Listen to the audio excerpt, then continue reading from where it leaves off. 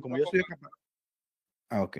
Como yo estoy acá para defender el asunto de la sola escritura, voy a decir que la sola escritura puede ser defendida primero como doctrina, puede ser asumida como axioma o puede ser defendida desde un silogismo como un principio epistemológico. En este caso voy a decir que la sola escritura es ese principio que establece que ella misma es la única regla infalible y suficiente de fe y práctica, normando incluso a la iglesia que la recibe. No necesita ser autorizada por ningún magisterio porque es teofnusto, es decir, expresar el ser divino por extensión, no por derivación extrínseca, sino intrínseca, posee autoridad por ser la voz misma de Dios y en ese sentido es única, singular, no puede haber otra, otra autoridad que esté al nivel de ella, por lo tanto es una cualidad extensiva del ser de Dios.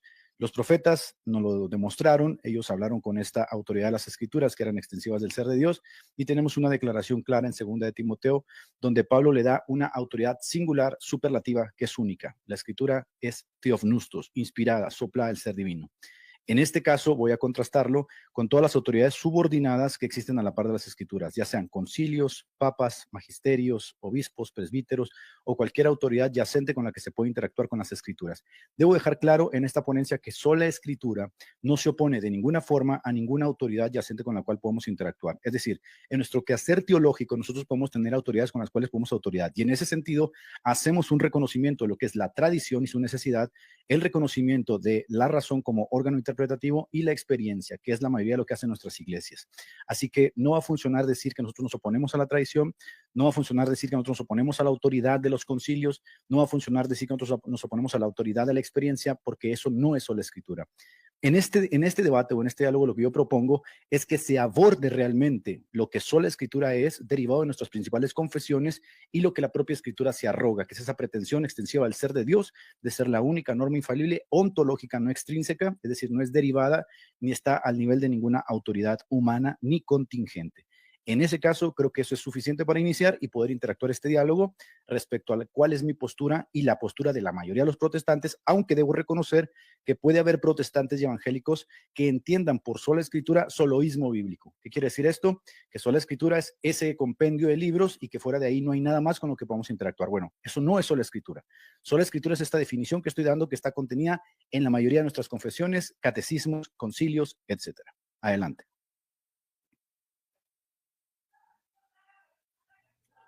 Ok, gracias Edgar. Entonces, yo voy a poner mi tiempo, disculpen porque hablaste menos de 3 minutos, voy a poner el tiempo mío. Según lo que tengo entendido y según lo que acabas de decir, ¿no? Que sola escritura es la única regla infalible, o sea, que no necesita ser autorizada, según lo que acabas de decir, ¿no?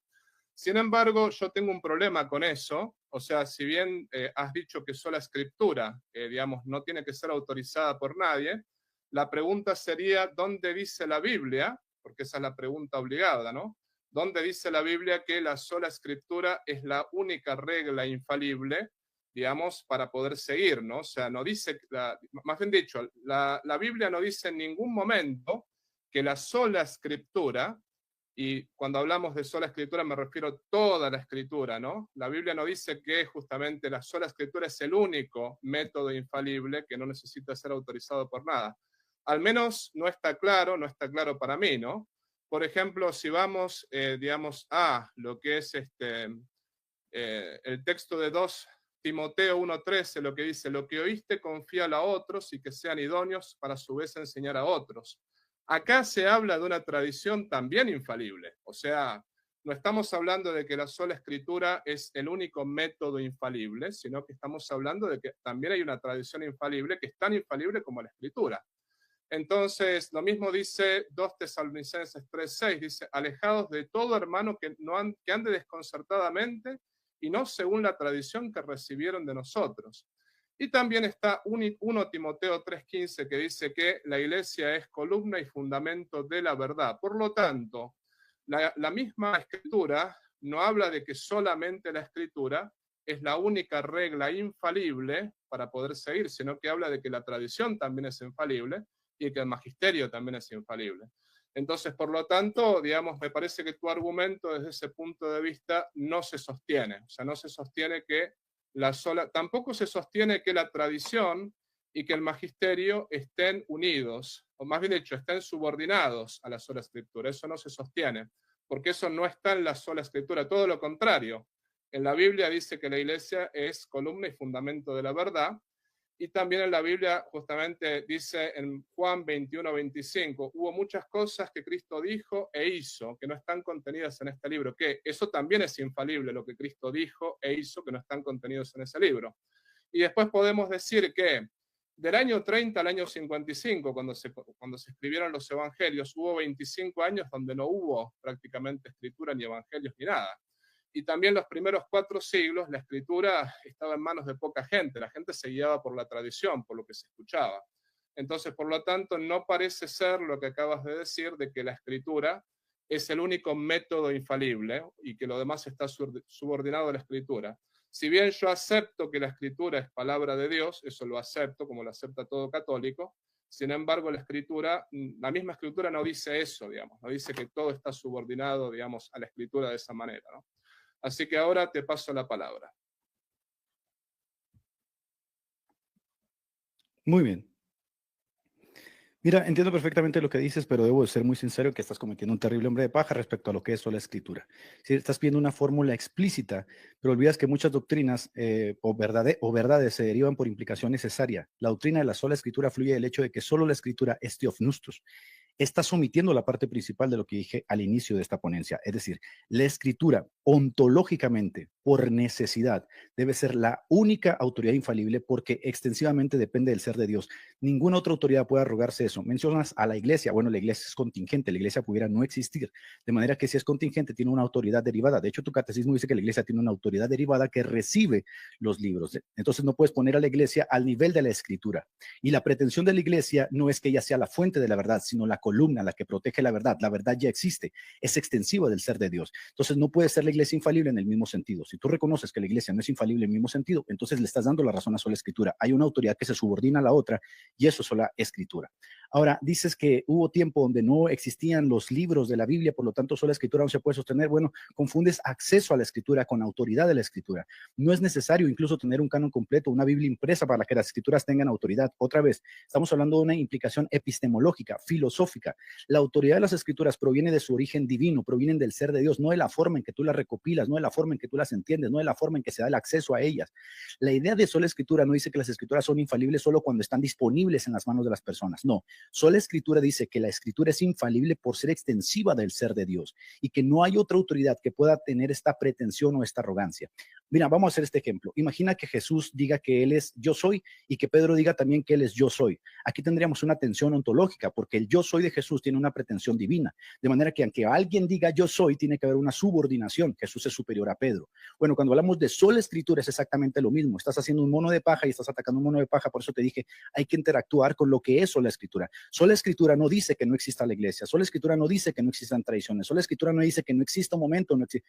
Lo que estamos diciendo es que sola escritura, por la pretensión de ser una extensión ontológica del ser divino, que no le viene autoridad por nadie más, sino porque es la propia extensión, la palabra de Dios. De hecho, el Catecismo 134 de tu iglesia la reconoce como la configuración en la persona de Cristo, la encarnación de Cristo es la palabra. ¿Cómo va a haber una cosa superior a ella? Tiene que haber una subordinación. Entonces, esa subordinación es lo que nosotros llamamos sola escritura. Parece que lo que estás diciendo es que nosotros somos antitradición, anticompilación, antiiglesia, antipapel de la autoridad, y eso es totalmente falso, ¿no? Ni una cosa ni otra.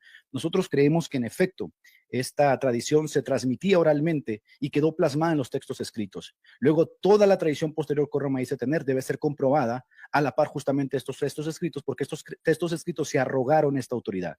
Por eso ahorita que hablemos de la infalibilidad de Roma o la infalibilidad del Papa, vamos a entrar a esta encrucijada y tú te vas a dar cuenta. Entonces, recapitulo. Nos estás pidiendo una fórmula explícita. ¿Dónde dice sola escritura que sola escritura es verdadera? Eso es una falacia, ¿no? Porque hay principios autoevidentes. Es decir, aquí tenemos que lidiar con un axioma. Si sola escritura no es por necesidad la única autoridad infalible, entonces, ¿cuál es esa autoridad infalible ontológicamente hablando? No me puedes decir que es la iglesia porque la iglesia es contingente. Tú eres contingente, el Papa es contingente, los concilios son contingentes. Por antonomasia, la única autoridad que no es contingente es la propia palabra de Dios, que es extensiva al ser de Dios. Como Dios mismo es omnisciente, es omnipotente, es omnipresente. Entonces, concluyo con eso. Gracias, Edgar. Mira, no estás demostrando, de todos modos, lo que te puedo decir es que estás diciendo que la sola escritura digamos, tiene autoridad por sí misma. Disculpa que apago esto porque no puse el A ver, ahí está. Estás diciendo que la Sagrada Escritura es la única regla infalible y estás diciendo que es la suprema autoridad infalible por sí misma. Eso es lo que te estoy entendiendo, ¿verdad? Que por sí misma la autoridad infalible es la Iglesia, la Escritura. A mí me parece que es un fideísmo eso, sinceramente. Eso es lo que te puedo decir. Es un fideísmo porque, ¿por qué razón yo tengo que creerlo eso? O sea, esa es mi pregunta, ¿no?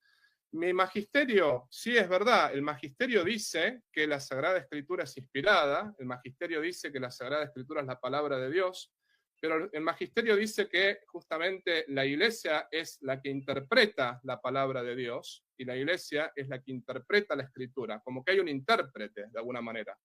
Y de hecho, Edgar, justamente lo que sucede en las Sagradas Escrituras, por ejemplo, en el pasaje donde Felipe lo para este etíope, y el etíope justamente está leyendo las Sagradas Escrituras, en ese momento las está leyendo, y no las entiende. ¿Y qué hace Felipe? Felipe se las explica y le dice justamente, bueno, todo esto que estás leyendo le interpreta el Antiguo Testamento a la luz de Jesucristo, pero se lo interpreta. Justamente Felipe es uno de los que le interpreta a, digamos, el etíope todo lo que se refiere a Jesucristo en el Antiguo Testamento. Eso es lo que hace Felipe, ¿verdad? Eso mismo hace la Iglesia. La Iglesia es la garante, de alguna manera, pero eso lo vamos a hablar en la segunda parte, porque tenemos que llegar a esa parte primero. La Iglesia es la que interpreta las Sagradas Escrituras. Ahora, si tú me estás diciendo que, digamos, la Iglesia no es la que interpreta las Sagradas Escrituras y cada uno puede interpretar las Sagradas Escrituras como se le da la gana, bueno, en ese caso no tendría sentido ni la predicación, no tendría sentido ni, por ejemplo, las iglesias, no tendría sentido ni todo lo que hacemos nosotros, porque simplemente habría que dedicarse a regalar Biblias y que cada uno lo interprete como quiera, ¿no? Ese es el punto. Ahora, volvemos a lo mismo. En la Sagrada Escritura no dice, y esa es la parte que justamente estoy tratando de que me demuestres, ¿no? La Sagrada Escritura no dice que solamente la Sagrada Escritura es infalible, ¿no?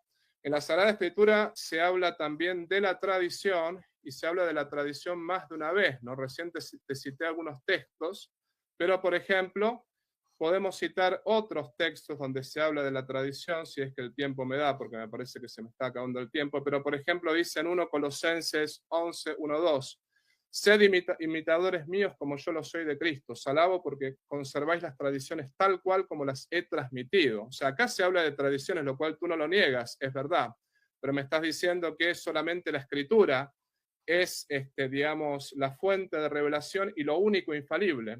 Bueno, eso se tiene que probar, Edgar, lo tienes que probar, porque justamente yo lo que te puedo decir es que la Escritura no lo dice, y si bien la Escritura es palabra de Dios, lo que podemos decir es que también la tradición es palabra de Dios y también el magisterio interpreta la palabra de Dios, es el intérprete.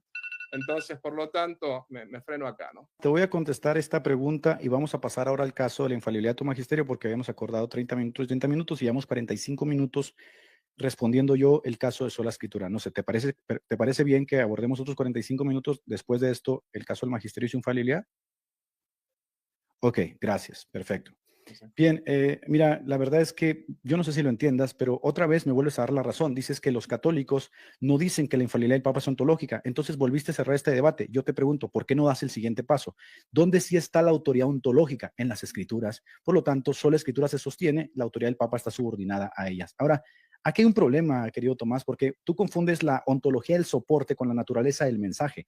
Mira, que el papiro sea contingente, las pastas, las letras, la tinta, no implica que el contenido sea falible. Yo lo que estoy defendiendo aquí es que tiene que haber un contenido infalible, y ese contenido infalible se encuentra en las Escrituras porque ellas mismas se arrogan eso. De hecho, ahorita te voy a citar tu propio catecismo para que veas en el embrollo en que te vas a meter.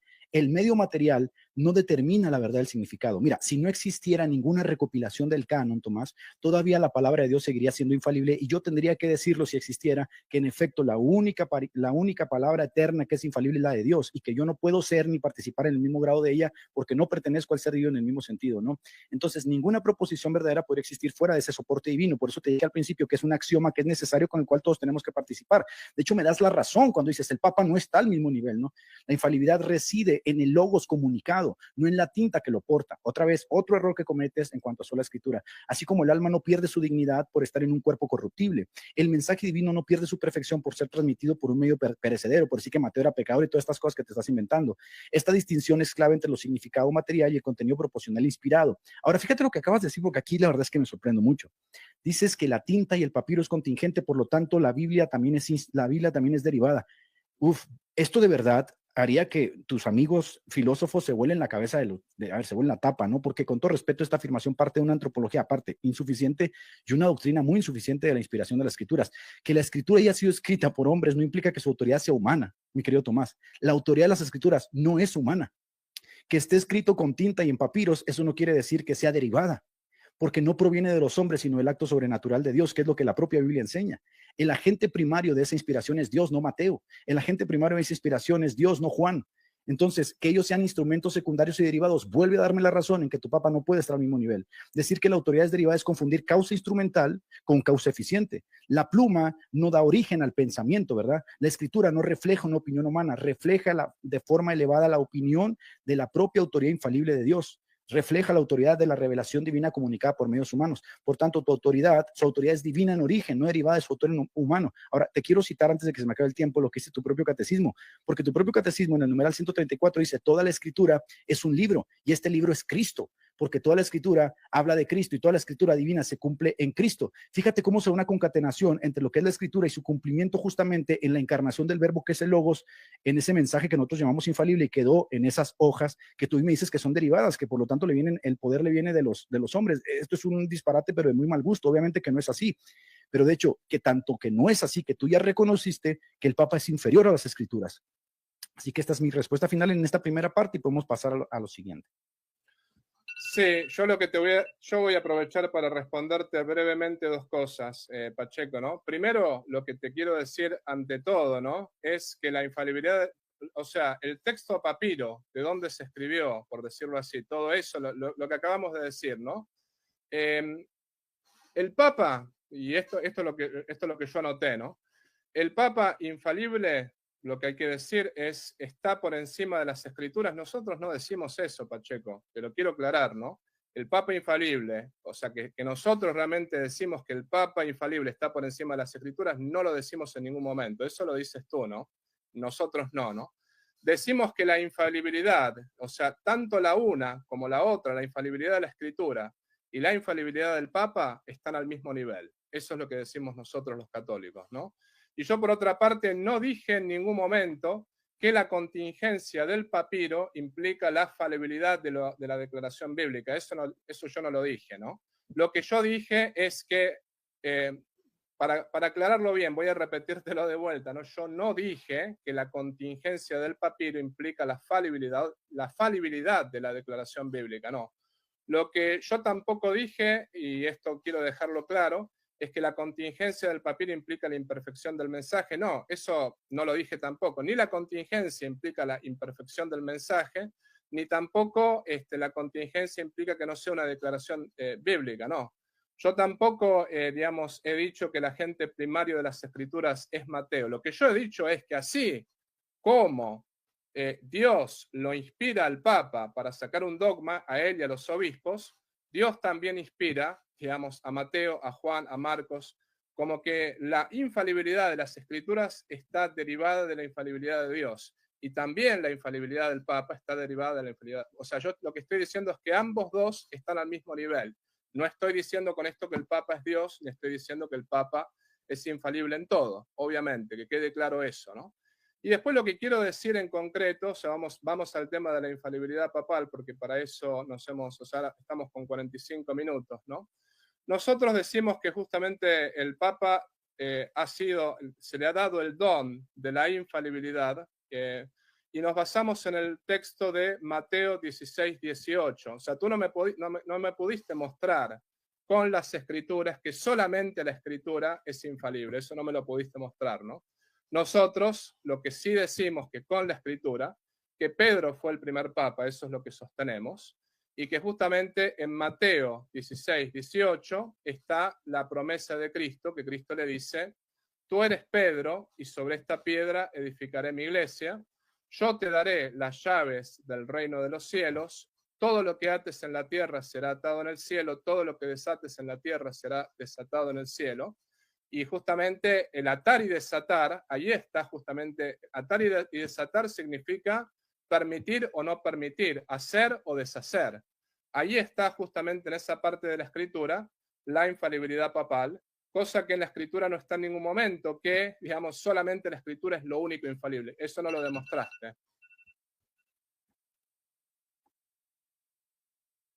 Bien, gracias por aclarar las cosas, aunque el video está grabado, ¿no? Lo que se ha dicho, lo que has dicho tú y lo que he dicho yo está grabado y cualquiera puede consultarlo después. Bien, mira, me dices ahora que Mateo 16:18 prueba la infalibilidad del Papa. Mira, ya quedamos claros, de hecho lo acabas de reconocer, que tú nunca has dicho que el Papa ontológicamente tenga infalibilidad, por lo tanto está subordinado, contingente y derivado.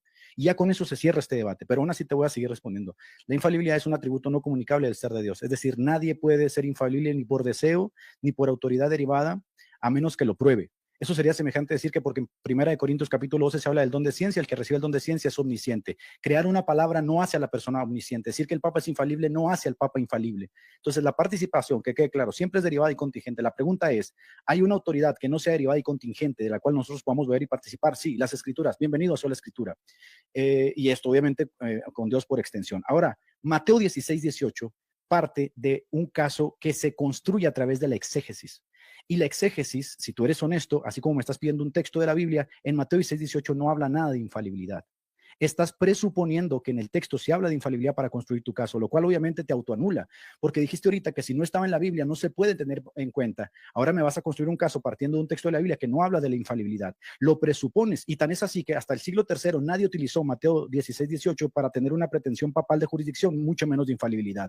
Y si tú me citas a un solo padre apostólico de la iglesia que haya hablado en los términos que tú estás hablando ahora, yo mismo te cedo el debate. Eso no existe. Esa es una pretensión propia del papismo. Estás haciendo una proposición tú como católico romano sobre el texto. Imagina que estamos tratando de encontrar el significado del texto y no está un católico ni un protestante aquí. Y vamos al texto. ¿Encontramos la infalibilidad de Mateo 16:18? No, porque lo estás construyendo. Ahora yo quiero que me construyas la infalibilidad que tiene pretensiones epistemológicas y filosóficas partiendo de un texto que tiene implicaciones históricas. ¿Cómo se ve la infalibilidad ahí?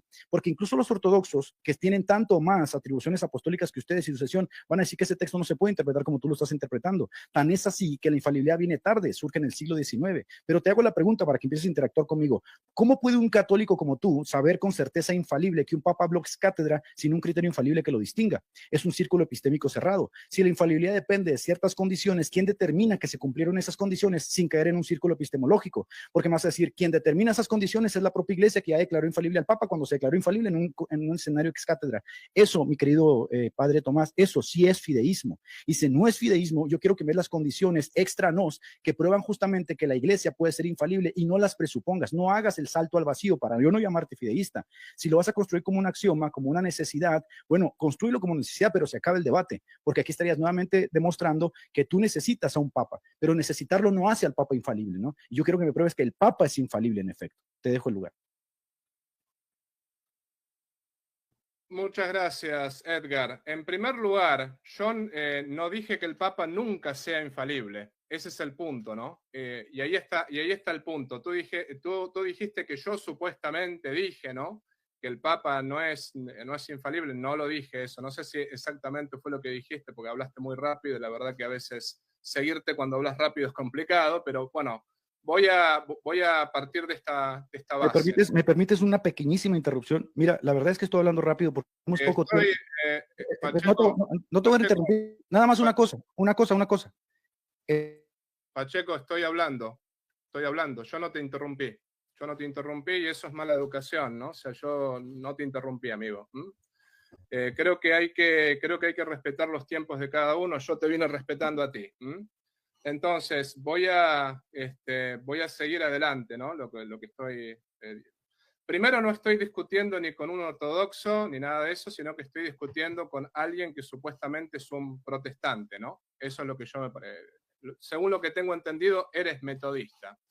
Y después lo que quiero decir, Pacheco, con respecto a esto es, yo no dije que el Papa no sea nunca infalible, ni tampoco dije que el Papa, es infalible en todo. Hay una distinción, y en el mismo Mateo está esa distinción.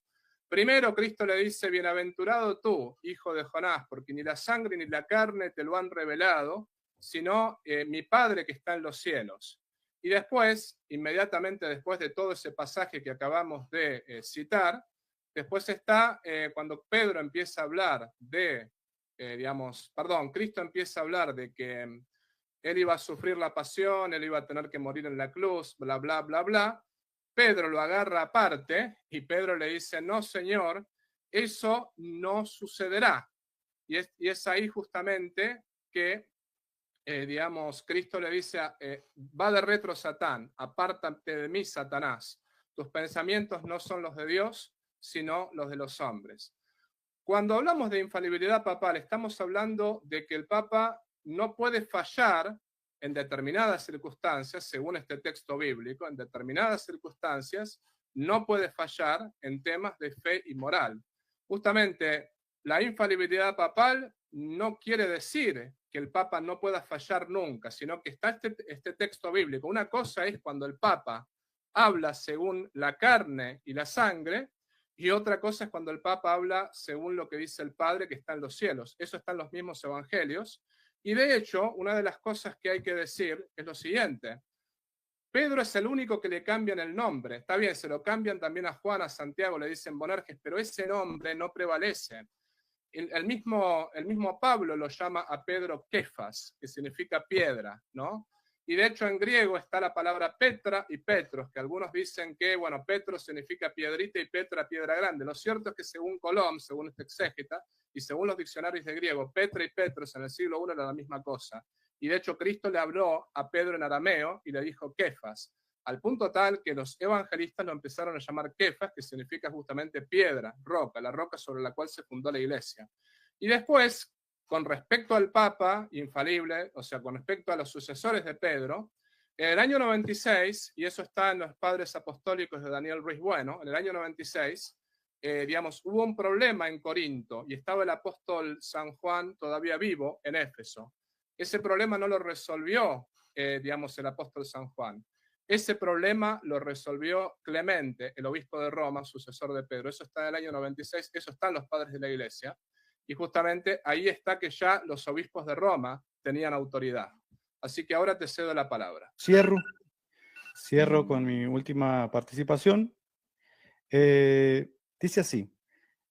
Dice que en el año 515 se trató la infalibilidad de forma explícita. Esas fueron sus palabras. Noten ustedes las contradicciones. Primero dice que no podemos ver la infalibilidad de forma explícita, pero ahora dice que en el 515 se trató de forma explícita. Bien, si fue explícito, quiere decir que debe haber una declaración, ¿verdad?, vinculante a todo el cristianismo que fue aceptada por todos en el 515 porque fue una declaración de reconocimiento a la infalibilidad del Papa. ¿En dónde se trató y cuál es esa declaración? Pudiera mostrar antes de irnos esa cita explícita donde en el 505 se afirmó que el Papa era infalible, porque hasta donde yo sé, la declaración dogmática oficial se da en el 1870, si no estoy mal, y la encíclica es Pastor Eternus, y el Pastor Eternus nunca tiene estas pretensiones. De hecho, Pastor Eternus cae en un círculo vicioso como el que usted ha caído. Pero si usted tiene la cita, de verdad se lo digo con toda humildad, donde de forma explícita... No me interrumpa, padre, como yo no lo interrumpí ahorita, por favor. No me interrumpa. Pensé que habías terminado, perdón. No he terminado. Entonces dice que ahora yo debo de probar que el Papa no es infalible. Le voy a hacer una pregunta para reducir esta locura de que yo tengo que probar que el Papa no es infalible. Señor Tomás, pruebe que yo no soy omnisciente. Así de grande es el disparate. Es algo que ya aceptamos por obviedad. Usted ya lo reconoció por todo el debate, que el Papa no es infalible, que participa de forma derivada en momentos muy específicos. Bien, el Papa tiene derivada cierta autoridad de usted. Luego, si es derivado, no puede estar al nivel de la palabra eterna de Dios, porque Dios no recibe autoridad de nadie, ni su palabra tampoco. De hecho, el Catecismo de la Iglesia Católica en el 134 dice que esa palabra es Cristo. Luego, Cristo no puede ser derivado del Padre, porque el Credo de los Apóstoles dice eternamente engendrado, de Dios, luz de luz, Dios verdadero de Dios verdadero. Si Cristo es la palabra engendrada, eterna del Padre, ¿cómo va a ser derivada al mismo nivel que el Papa? Si el Papa entonces participa de forma derivada, tiene que haber alguien que está subordinado. Si el Papa está subordinado, que ya lo reconoció en todo este debate, si el Papa está subordinado a la palabra eterna de Dios que se enmarca en las escrituras sagradas con las que participamos, luego acaba de reconocer que el principio de sola escritura es válido, porque el principio de sola escritura no tiene ningún problema con concilios, con autoridades, con consensos, con papas, con presbíteros, con obispos, con autoridades, con nada. Lo único que decimos es que la autoridad final, la única que puede ser infalible por esa pretensión, tiene que ser la palabra eterna de Dios. Si usted ya lo reconoció una y otra vez, una y otra vez, una y otra vez, de que el Papa no es infalible, sino que participa de forma derivada, este debate se acabó hace mucho, porque está reconociendo justamente lo que sola escritura dice, que fuera de la escritura no puede haber autoridades al mismo nivel, siempre tiene que haber autoridades derivadas, subordinadas, y solo la escritura se mantiene por sí misma. Eso es sola escritura. Sí, yo no dije en ningún momento, yo no dije en ningún momento, digamos, que el Papa era infalible en todo, como tampoco dije en ningún momento que el Papa nunca era infalible. Y por otra parte, Pacheco, digamos, las escrituras fueron definidas, el canon fue definido en un concilio, el canon fue definido en el concilio de Cartago, en el sínodo de Roma, es decir, si no hubiese estado ese concilio, no hubiésemos tenido canon, esa es la realidad. La escritura tiene la autoridad derivada de parte de Dios, como también lo tiene el Papa, de la misma manera que lo tiene la Escritura, ¿no? Esa es la realidad, y eso, mal que te pese, es así, ¿no? Así como el canon, digamos, así como Marcos, Juan, Lucas, como todos ellos han recibido la inspiración de parte de Dios, también el Papa, cuando hace algo infalible, cuando hace algún dogma, cuando define un dogma, que no lo define el Papa solamente, lo define junto con todos los obispos, y al mismo tiempo hay reflexiones teológicas de siglos. Muchas veces se toma 500 años para definir un dogma, porque hay páginas y páginas. No es que el Papa se levante y dice voy a definir un dogma, la cosa no funciona de esa manera. De hecho, los dogmas son muy poquitos en la Iglesia Católica, la gran mayoría de las cosas no son dogmas, ¿no? Pero vuelvo a lo mismo, que me parece que acá es importante. Cuando me citaste muchas veces el catecismo, que bueno, que la escritura es Cristo mismo, un montón de cosas, ¿no? La escritura, por ejemplo, una traducción, ya hay un montón de partes que no son palabra de Dios, porque están mal traducidas, por ejemplo. Hay un montón de partes que no son palabra de Dios. Eso es así, una traducción, ¿no? No es palabra de Dios, por ejemplo, lo que está mal traducido. Es palabra de Dios en todo caso el texto original, obviamente, y es palabra de Dios la traducción correcta. Pero, por ejemplo, en varias de las versiones bíblicas dice las palabras hebreas pierden mucho sentido cuando se traducen, ¿no? Entonces, Cristo es la escritura, pero eso hay que entenderlo en cuanto que Cristo fue el que inspiró, lo mismo el Espíritu Santo fue el que inspiró a los agiógrafos. No es que la escritura es, digamos, la palabra de Dios en el sentido de que es Dios hablando al estilo, digamos, con voz divina, no es eso.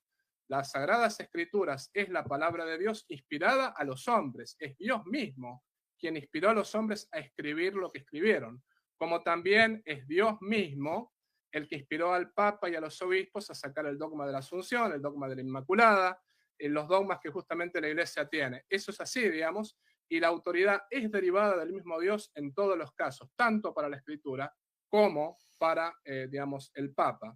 Y también, digamos, nosotros los católicos tenemos la Escritura, la tradición interpretadas por el magisterio de la Iglesia.